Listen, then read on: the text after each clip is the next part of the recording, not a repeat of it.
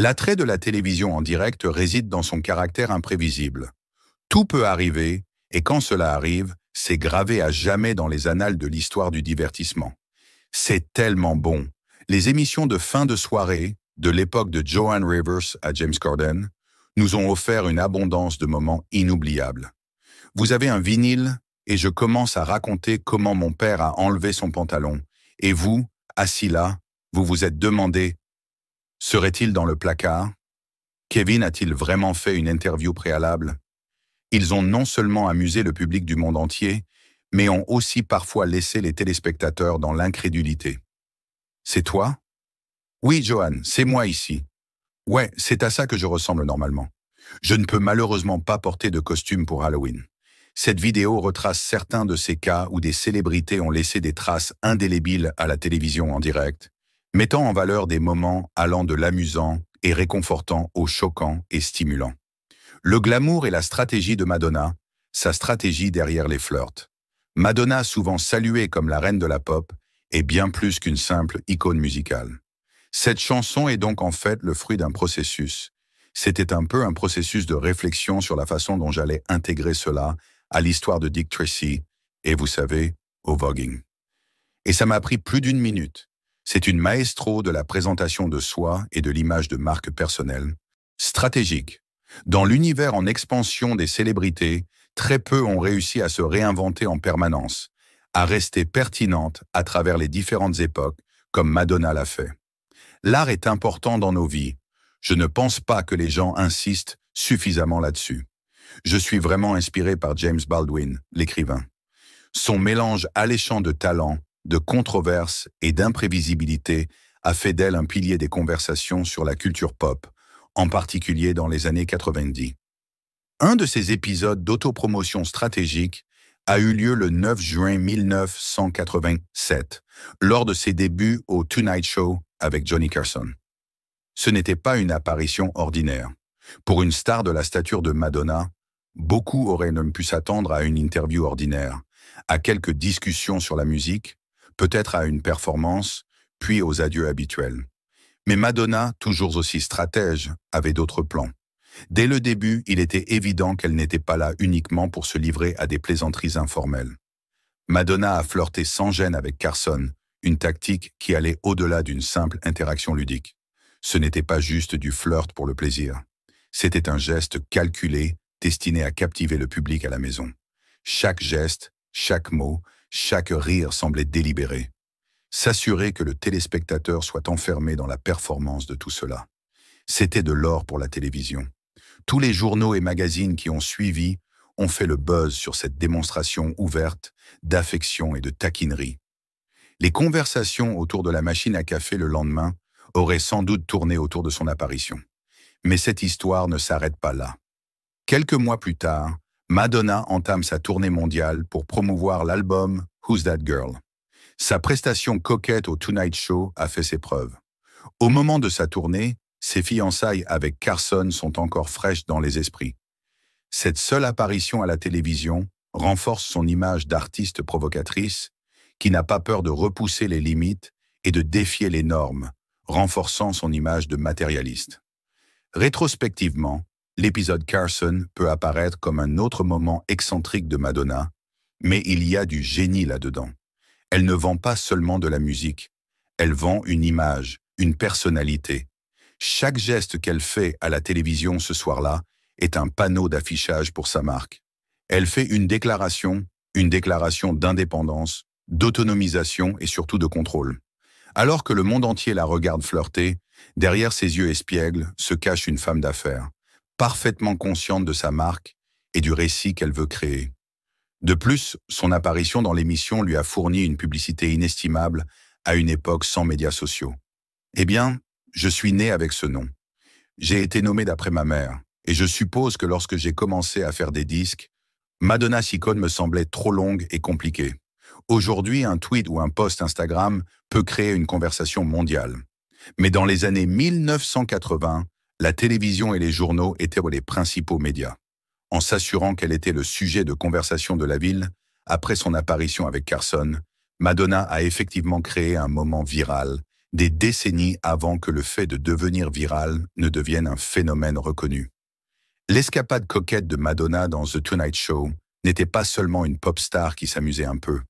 C'était une leçon magistrale de construction de marque et d'autopromotion stratégique. Elle a donné au public un avant-goût de la personnalité de Madonna, les laissant sur leur faim, puis a capitalisé sur cet intérêt avec sa tournée. La reine de la pop, comme toujours, avait plusieurs longueurs d'avance, transformant une chanson de fin de soirée en une chanson de fin de soirée. Le chat a transformé cette conversation en une stratégie marketing que peu de gens pouvaient égaler. Le monde a regardé, a parlé, et Madonna, comme toujours, a eu le dernier mot, jusqu'à la banque. Des pionnières et des précurseurs, des réfutations de Robin Hilton aux réalisations historiques de Jane Kennedy. L'histoire de la télévision et du cinéma est parsemée de femmes pionnières qui, malgré les contraintes de leur époque, ont défié les attentes et remodelé le récit entourant leur carrière et leurs contributions.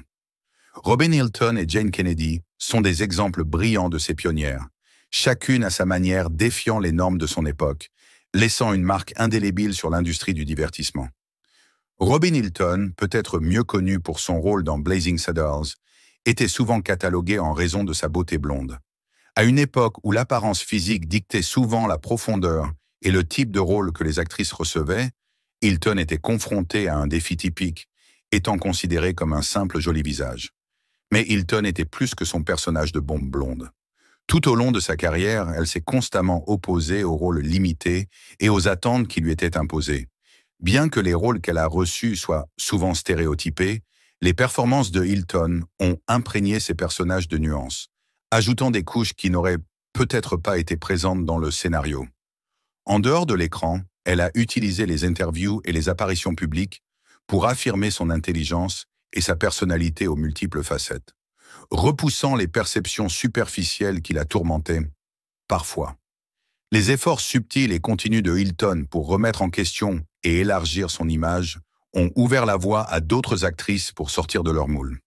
Son héritage ne réside pas seulement dans les rôles qu'elle a joués, mais dans ses efforts constants pour rappeler au public et à l'industrie qu'elle était un talent avec lequel il fallait compter, pas seulement un visage à mettre en valeur. D'un autre côté, l'impact de Jane Kennedy a été profond et de grande portée, brisant des barrières qui semblaient infranchissables. Nouveau comprimé sans caféine. Si vous ne prenez plus de caféine, ce comprimé, ce goût est pour vous. Souvent considérée comme une femme de la renaissance du divertissement, Kennedy était une reine de beauté, une actrice et une présentatrice sportive. Sa carrière aux multiples facettes a été définie par une série de premières historiques. À la fin des années 1970, lorsqu'elle est devenue l'une des premières femmes afro-américaines à décrocher un rôle de présentatrice sportive, elle n'a pas seulement brisé une barrière de couleur, elle a brisé le plafond de verre dans une industrie dominée par les hommes.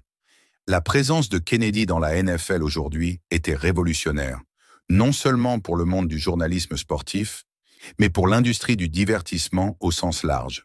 Sa simple présence à l'écran a envoyé un message puissant. L'industrie du divertissement. Sa simple présence à l'écran a envoyé un message puissant. Les femmes, et en particulier les femmes de couleur, méritaient une place à n'importe quelle table, que ce soit dans le sport, le divertissement ou tout autre domaine. Robin Hilton et Jane Kennedy, bien que différentes dans leur parcours, incarnaient l'esprit des femmes pionnières dans le divertissement. Elles faisaient face à un monde qui était souvent réticent à voir au-delà de leurs identités extérieures, qu'il s'agisse de beauté ou de race. Pourtant, grâce à leur détermination, leur talent et leur résilience, ils ont non seulement réussi à se tailler une carrière fructueuse, mais ont également modifié le paysage même de l'industrie du divertissement. Leurs histoires nous rappellent avec force la capacité des individus à provoquer le changement, même face à des obstacles insurmontables. Dans un monde en constante évolution, les récits de Hilton et Kennedy soulignent l'importance des pionniers, de ceux qui remettent en question le statu quo, non seulement pour eux-mêmes, mais aussi pour les générations futures. Leurs héritages servent d'inspiration, incitant les artistes et les professionnels d'aujourd'hui à repousser les limites, à remettre en question les stéréotypes et à veiller à ce que le monde du divertissement soit inclusif, diversifié et représentatif de toutes les histoires et de toutes les voix. En conclusion, Des pionnières comme Robin Hilton et Jane Kennedy servent de phares puissants, éclairant le chemin pour les générations futures. Leurs histoires, bien qu'ancrées dans des moments précis dans le temps, possèdent une qualité intemporelle, nous rappelant le pouvoir de la persévérance, de la vision et de la capacité à redéfinir les récits. Janis Joplin, la reine indomptable du rock et du blues, était une force qui semblait infatigable. Avec une voix brute et déchirante et une présence scénique oscillant entre vulnérabilité et sauvagerie, elle s'était déjà taillé une place dans la légende du rock. Personne ne se doutait que la performance du 12 août 1970 au Harvard Stadium de Boston serait son chant du cygne. Le cadre était emblématique de la carrière de Joplin.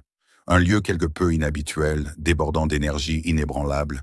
Des milliers de personnes s'étaient rassemblées, attirées par l'attraction magnétique d'une femme de la carrière de Joplin. Un lieu quelque peu inhabituel, débordant d'énergie inébranlable. Des milliers de personnes s'étaient rassemblées, attirées par l'attraction magnétique d'une femme dont la voix semblait faire écho à l'esprit turbulent d'une génération. La scène était faiblement éclairée, et alors que le groupe commençait à jouer, une silhouette familière se frayait un chemin vers le premier plan. Janis, qui n'a jamais caché ses émotions, semblait particulièrement poignante ce soir-là. Chaque note était imprégnée d'une intensité brute, ce qui faisait que des chansons comme « Piece of My Heart » et « Ball and Chain » résonnaient encore plus profondément auprès du public. Chaque geste, chaque cri et chaque pause évoquaient une vie vécue dans les extrêmes.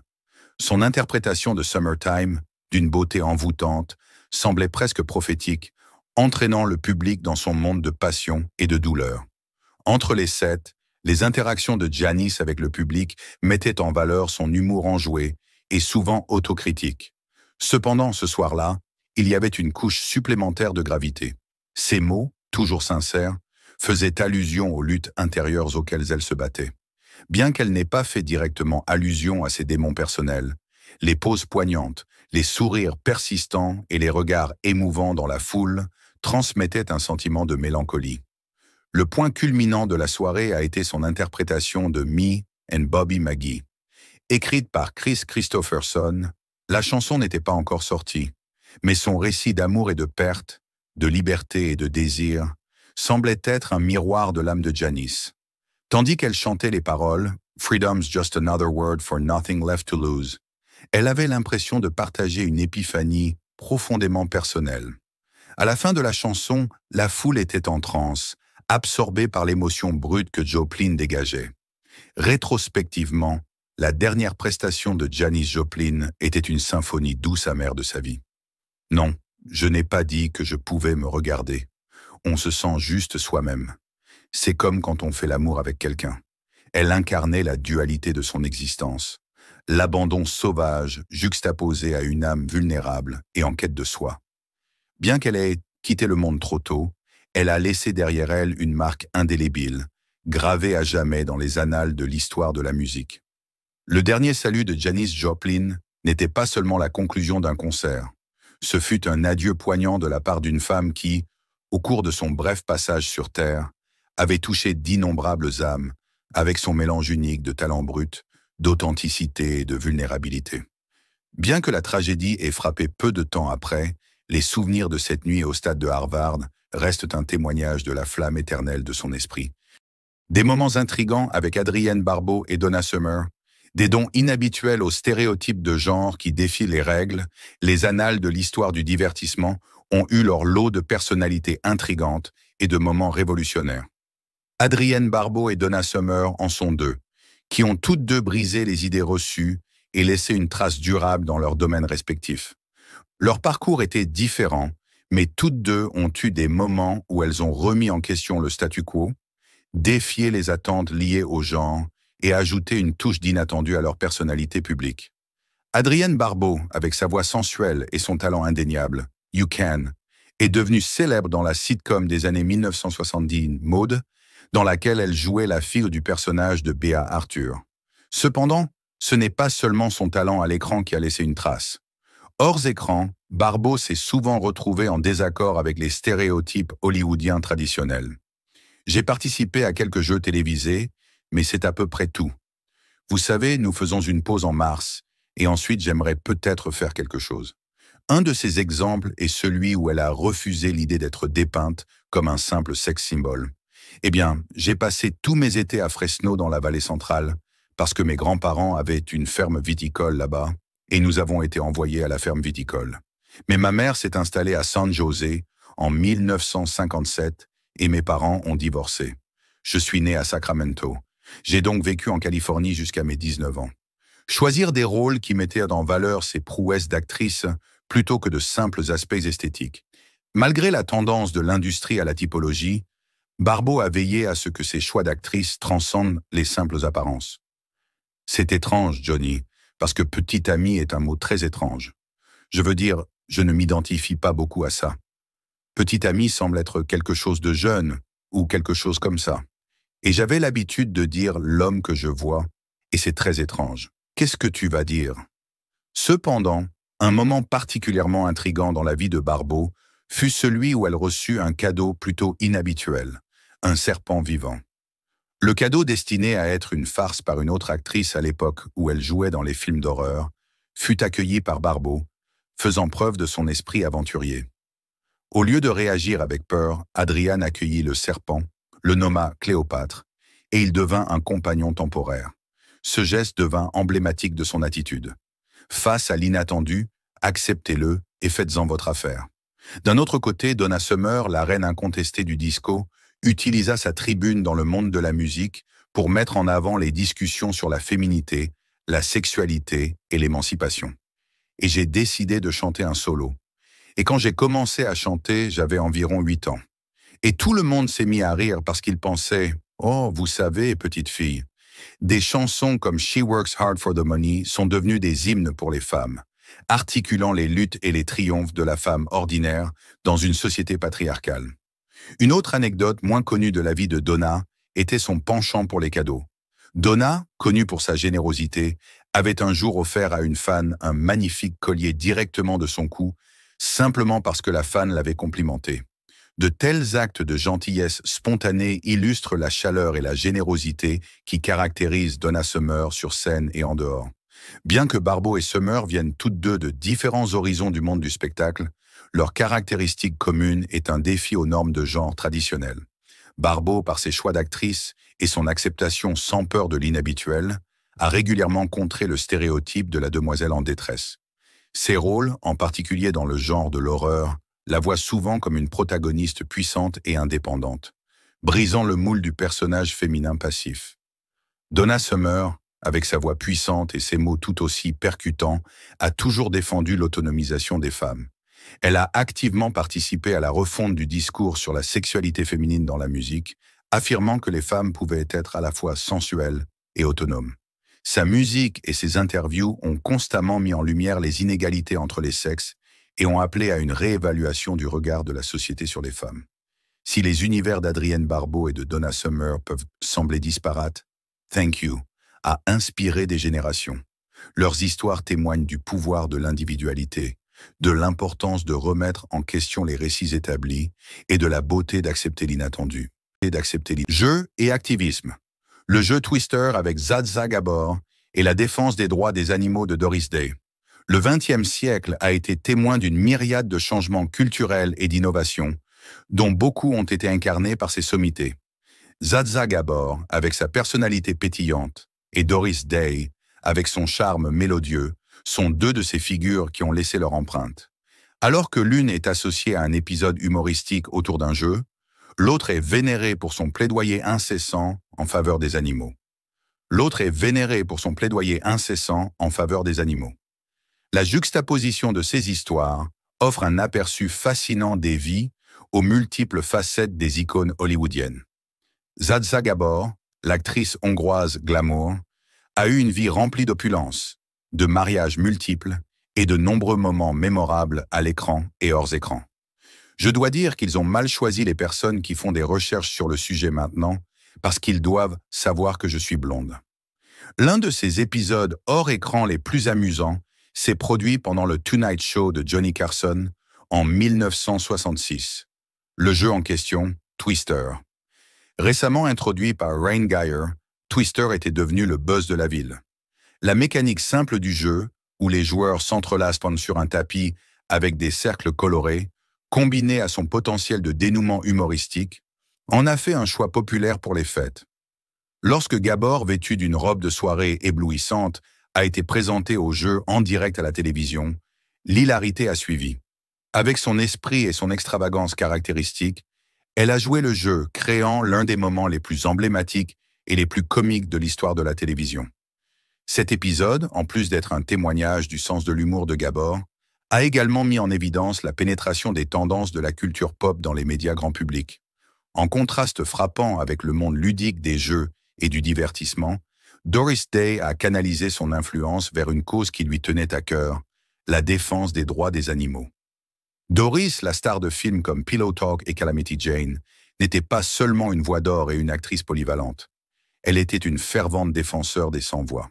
Le parcours de Doris Day dans la défense des animaux a commencé par un incident tragique, la mort accidentelle de son chien.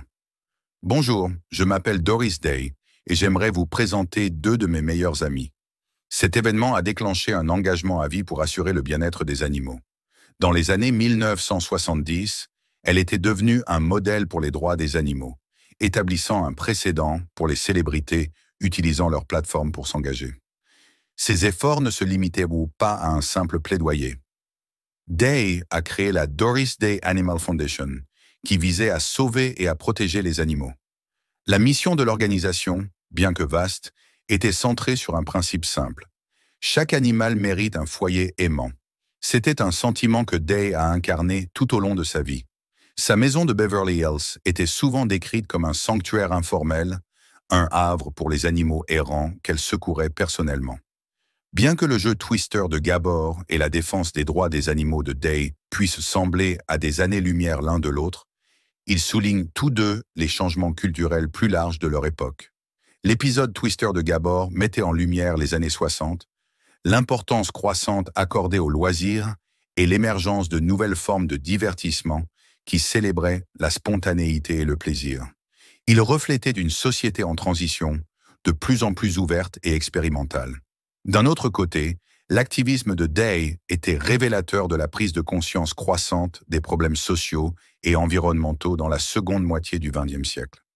Son travail mettait en lumière l'idée naissante selon laquelle les célébrités avaient des responsabilités au-delà de leur rôle à l'écran. Elles pouvaient et devaient contribuer à façonner un monde meilleur. Les vies de Zaza Gabor et de Doris Day offrent une mosaïque d'histoires qui capturent l'essence d'une époque. Des jeux ludiques à l'activisme sincère, leurs récits soulignent la richesse et la diversité des expériences de l'âge d'or d'Hollywood. À travers leurs parcours respectifs, elles ont rappelé au monde la joie du jeu et l'impact profond d'un plaidoyer déterminé.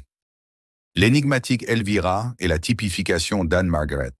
Comprendre les personnages de la télévision. La télévision, avec sa vaste portée et son intimité, a le pouvoir de façonner et de solidifier les perceptions du public sur les célébrités de manière unique. Deux noms ont subi cette influence. Elvira, la maîtresse des ténèbres, et la vibrante Anne-Margaret. Alors qu'Elvira est devenue une figure emblématique représentant l'effrayant et le sensuel, Anne-Margaret s'est souvent retrouvée à lutter contre la typification.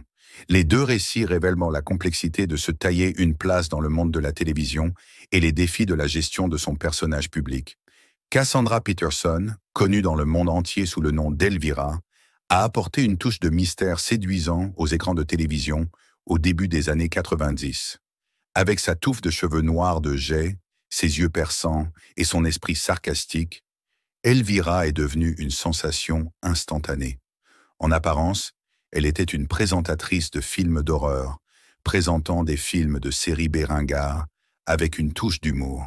Cependant, son attrait était bien plus profond. Elvira a synthétisé des éléments d'horreur gothique avec de l'humour et de la sexualité contemporain. Elle n'était pas seulement un personnage, elle était une marque. Le charme d'Elvira résidait dans sa dualité. Elle était à la fois familière et étrangère. Si son humour était ancré dans le présent, son image rappelait les reines de l'horreur classique. Cette fusion de l'ancien et du nouveau la rendait intrigante et lui permettait de plaire à des publics divers. Au-delà de la télévision, Elvira est devenue une icône culturelle durable, avec des produits dérivés, des films et même des bandes dessinées portant son nom. Elle a contrôlé et capitalisé sur son personnage énigmatique, démontrant le pouvoir d'une image télévisée soigneusement élaborée. En revanche, le parcours d'Anne-Margaret à Hollywood et à la télévision a été une affaire plus compliquée, une perception solidifiée par ses émissions spéciales télévisées et ses apparitions publiques. Cependant, un tel typage puissant s'accompagnait de contraintes. Anne-Margaret, une actrice et chanteuse polyvalente, se retrouvait souvent en lutte avec les perceptions. Les rôles qui lui étaient proposés faisaient souvent appel à son image établie, mettant parfois de côté ses talents plus larges. Alors qu'Elvira avait façonné et contrôlé son image, Anne-Margaret se retrouvait souvent en désaccord avec la sienne. « C'est toi ? Oui, Jonas, c'est moi ici. Oui, c'est comme ça que je ressemble normalement. Je ne peux malheureusement pas porter de costume pour Halloween. Néanmoins, l'actrice résiliente a réussi à briser ses barrières. Ses rôles dans des films comme Carnal Knowledge et Tommy ont mis en valeur sa profondeur et son éventail. Elle a démontré qu'elle était plus que la simple somme de ses premiers rôles. Je sais que je dors toute la journée. Je sais que je fais un travail épouvantable. Mais vous ne m'aidez pas du tout. Et qui m'aide? Cependant, son parcours a souligné les défis auxquels de nombreuses actrices ont été confrontées dans une industrie qui aimait souvent classer les gens dans des catégories. De plus, Elvira et Anne-Margaret soulignent toutes deux la relation intime entre la télévision et l'identité. Alors que le cinéma permet un large éventail de personnages et d'histoires, la télévision exige souvent de la cohérence. En conséquence, les personnages télévisuels, qu'ils soient créés par soi-même comme celui d'Elvira ou imposés comme celui d'Anne-Margaret, ont un impact durable. Les histoires de l'énigmatique Elvira et de la multiforme Anne-Margaret nous ouvrent une fenêtre sur le monde des personnages de la télévision. Elles nous rappellent l'influence durable du petit écran sur la perception du public, les défis de la gestion et de l'évolution de son image, et les triomphes que l'on peut obtenir avec ténacité et talent. Alors que le monde du divertissement continue d'évoluer, leurs histoires restent des témoignages intemporels de la danse complexe de l'identité et de l'image dans le domaine de la télévision. Raquel Welch, la beauté et le phénomène des débuts de la télévision. Raquel Welch était une icône internationale. Présentation de la fabuleuse Raquel Welch, la révélation sensationnelle de cette année ou de toute autre année. Raquel Welch, la starlette sensuelle des années 60 et 70, n'était pas seulement un visage éblouissant. Elle incarnait un changement significatif dans la culture télévisuelle et cinématographique. Avec ses cheveux flottants, sa silhouette sculptée et ses traits saisissants, Welch est devenue une icône instantanée à une époque dominée par la télévision et le cinéma naissant. Dans une industrie en transition de l'âge d'or d'Hollywood à une ère plus libérée du divertissement, l'ascension de Welch et son impact ultérieur ont offert une fenêtre sur le pouvoir transformateur du petit écran. J'ai été surpris que vous ne me présentiez pas comme Raquel Welch dans Here They Come. C'est généralement ce que je fais. C'est ma blague. À la fin des années 1950 et au début des années 1960, la télévision commençait à trouver sa place en tant que média en plein essor. L'époque où les familles se réunissaient autour de la radio était révolue. Désormais, on se réunissait devant le téléviseur. Ce changement de média offrait une opportunité unique aux acteurs et actrices de l'époque, et Welch, avec sa présence indéniable à l'écran, était parfaitement placé pour en profiter. Son rôle décisif dans le film 1 million d'années avant Jésus-Christ, sorti en 1966, en est un exemple éloquent. Si le film était cinématographique, c'est l'image de Welch portant un bikini en fourrure désormais tristement célèbre qui est devenue emblématique. La photographie promotionnelle, où l'on voit Raquel dans sa tenue préhistorique sur fond de dinosaures gigantesques, est devenue l'une des affiches les plus vendues de l'époque. Plus que le film lui-même, cette image a proliféré dans les magazines et à la télévision, consolidant son statut de sex symbol mondial. Cependant, l'influence de Welch s'est étendue au-delà de son charme indéniable. Elle incarnait une certaine forme d'émancipation. La télévision des années 1960 était encore largement conservatrice, les femmes étant souvent représentées dans des rôles subalternes. Mais Welch était là, symbole de beauté et de force, repoussant les limites de ce qui était considéré comme acceptable sur le petit écran. Ses rôles dans des films comme Bedazzled et Les Trois Mousquetaires la présentaient comme une femme à la fois désirable et autoritaire. De plus, Son héritage diversifié, un mélange de Bolivie et d'Amérique, ajoutait une autre dimension à son charme. À une époque où Hollywood était encore majoritairement blanc, l'apparence exotique de Welsh a joué un rôle central dans l'élargissement du champ de représentation. Bien que l'industrie ait encore un long chemin à parcourir en termes de diversité, le succès de Welsh a été un petit pas en avant. Ce qui était peut-être le plus intrigant chez Welsh était sa dualité. D'un côté, elle était la pin-up, ornant les murs d'innombrables admirateurs.